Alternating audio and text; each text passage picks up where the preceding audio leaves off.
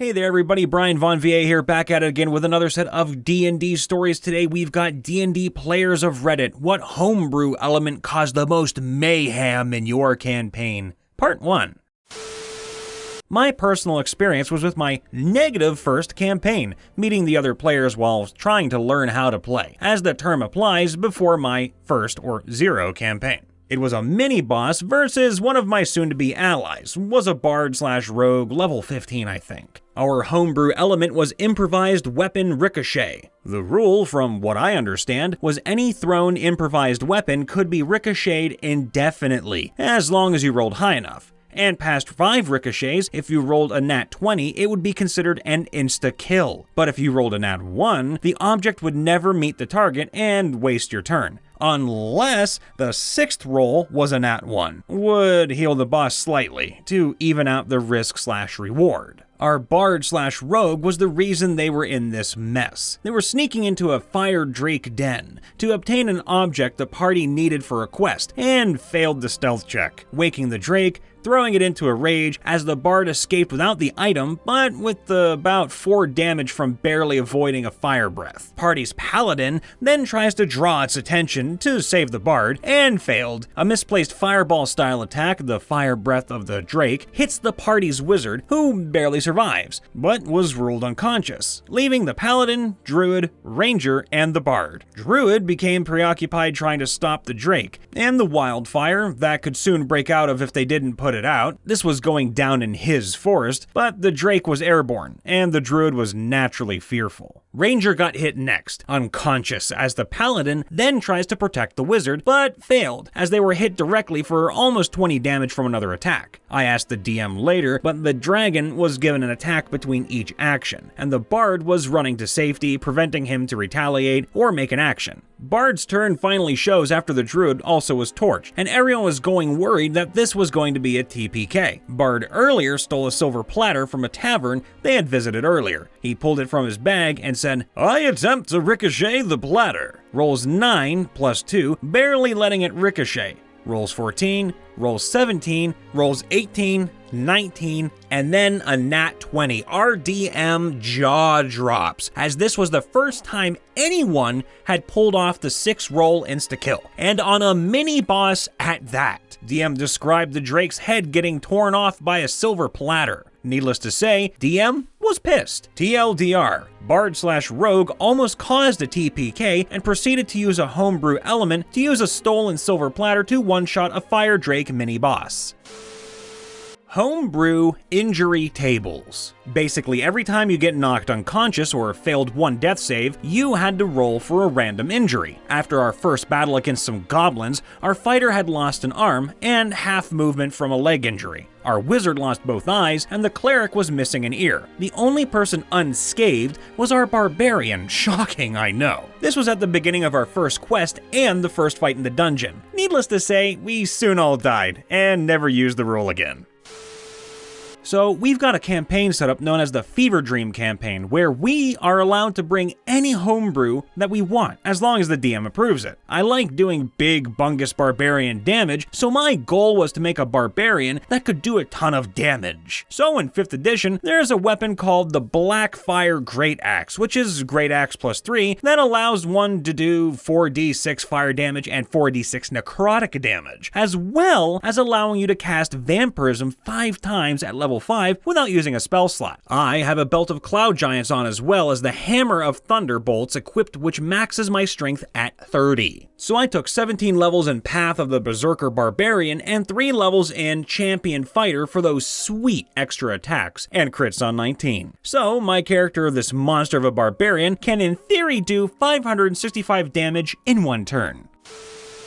This one was my fault. DM here, TLDR at the bottom. During our Christmas one-shot, our dragonborn rogue named Arcool was committing elficide left and right when he came across 2 important NPCs known to be the Crusaders of Christmas, which was a dwarfism tradition to the god of reward called the Giving Tree. These 2 were known as Silent Knight, a dwarf fighter who was cursed long ago into becoming mute, other than to shush people, with no known cure. and Holy Knight, an ASMR paladin who was found by Silent Knight long ago on his quest to slay evil. Together with a bond as thick as brotherhood, they were recruited by St. Nicholas Claus, or Santa in Dwarvish, to aid him in facing off against evil. However, this black and blue Dragonborn was too powerful for either of them. I designed them to be difficult in a 2v1 and rather easy in a 2-on-2 or more, making them built as level 3 of their respective classes. The party was 5. I gave them a powerful item that was meant to aid the party, a scroll of Cone of Cold. It was a one-use item and was meant for use against the final boss of the one-shot/side quest. In the end, Holy Knight was told to retreat and get backup while Silent Knight fended off Arkul. Arkul left the Silent Knight at 2 hit points, and he decided to use the scroll. Now, I'm sure reading this you're still wondering where the homebrew rule comes in. Well, here they are. One rule we had was instead of doing double dice or double damage, we combined them, allowing a potential of quadruple damage on one attack. The other was if you got a nat 1 on a saving throw against an attack that required it, the damage was counted as a critical hit, or the effects were permanent unless reversed by magical means such as wish or remove curse. Sure enough, Arkul fails his saving throw with the Cone of Cold, and I rolled the damage. I think I was like 4 shy of max damage. So in the end, I dealt 198 cold damage to a level 5 Dragonborn. I later learned that this was enough to kill him 5 times over and leave him at half HP, providing a 6th life. He was turned into an ice statue so perfectly you could see right through him, as though he was transformed into water prior to the transformation. His character was killed alongside Silent Knight due to being poisoned by Arkul. In the end, they were given an item to resurrect Arkul, but they decided to use it on Silent Knight after seeing what their friend did. In the end, the others saved Christmas and brought an unbreakable duo back together, at the cost of their friend. TLDR, my wonky crit rolls lead to the death of one player so bad he would have died 5 times in a row had he been resurrected.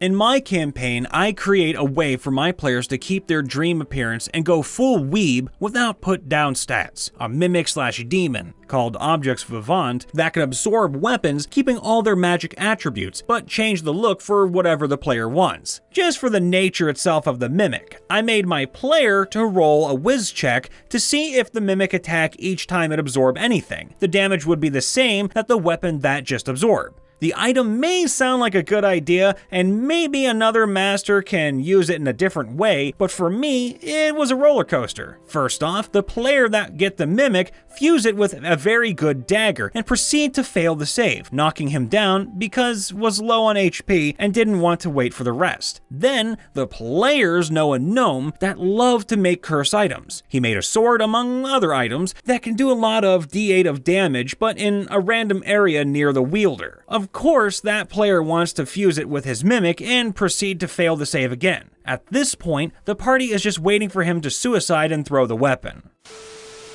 The creatures of my first DM. After we downed a band of goblins, including a warg rider goblin and one of those beasts that pose themselves as a goblin, forgot the name, was some time ago, our DM began slowly but steadily fill the encounters with homebrew creatures. This became more of a thing after the fight with the smugglers and some trolls. The first time, however, when this became a problem was when our group went on a side quest to investigate reports of kidnapping in a village north to the main town. We find out the major was some sort of cultist. He managed to pull off a blood ritual, and the DM threw in a boss from a Dark Souls game, I never played those, and said boss spawned underlings that would explode upon death. The boss would spawn new underlings once we would dispatch of the last, and these also exploded when we killed the boss. The second and last time he did this, it led to a TPK as we fought homebrew corrupted paladins that had smite, with a boss paladin, a dark magic user, and 2 creatures that I can only describe as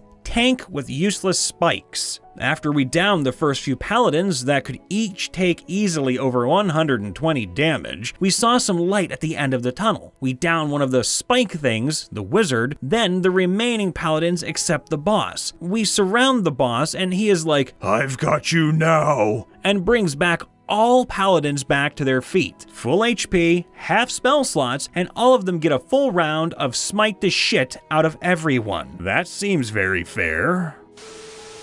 Our DM had a homebrew deck of many things. This caused several insane and quite funny moments in the game, and sometimes broke the game too. These moments include summoning a super manticore with 20 in all stats, 400 HP, and infinite tail spike attacks, which then flew off to attack the nearest settlement, screaming out its summoner's name, which would have been horrific if the summoner wasn't a Kenku rogue called Squeak. Just imagine this insanely powerful manticore flying around a major city, attacking buildings and people, yelling, "Squeak! Squeak!" My character pulling a card with "Let me gamble with the gods." I chose to gamble my soul in exchange for powerful gifts and boons, and won. I got the chance to ask one question and get the full, correct answer, the ability to kill anyone if I spoke his true name, and an enchanted sword which allowed me to cast haste on myself and did lightning damage. I was a Kensei monk, so this sword suddenly made me extremely powerful, and causing everyone to forget who my character was. The party, all the NPCs, everyone.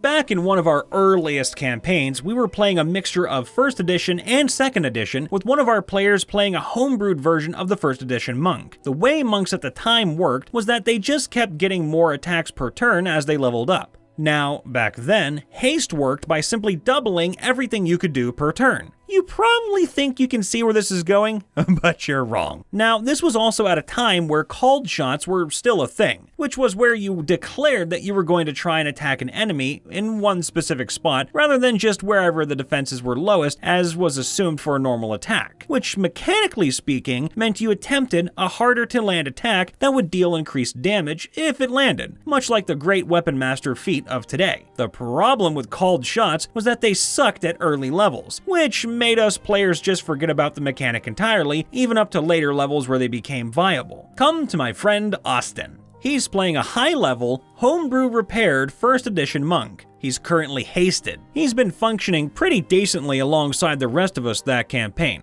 but then he suddenly remembers that called shots are a thing. He calls a shot to rip out the enemy's heart. It hits. Didn't even bother rolling damage, he just died. So he did the same thing with the guy standing next to him, then the next guy, then the next guy, then the next guy. He was just walking down a line, tearing people's hearts out of their chests. But then he ran out of attacks that turn. So that's all he did for the rest of the campaign. If it had a heart, and the monk could logically reach it with their human arms, out it came. I'm not really sure where or even if homebrew is to blame in all this, but there you go.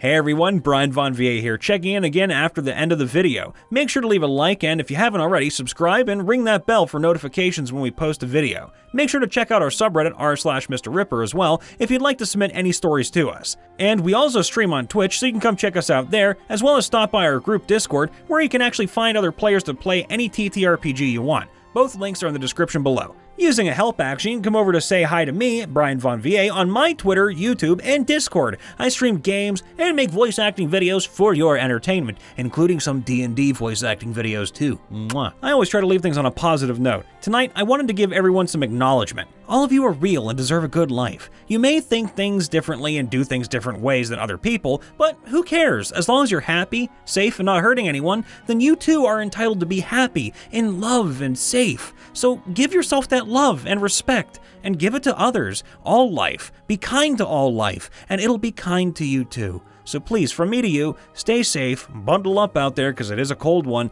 and make sure to be happy. We'll see you next time. Bye for now.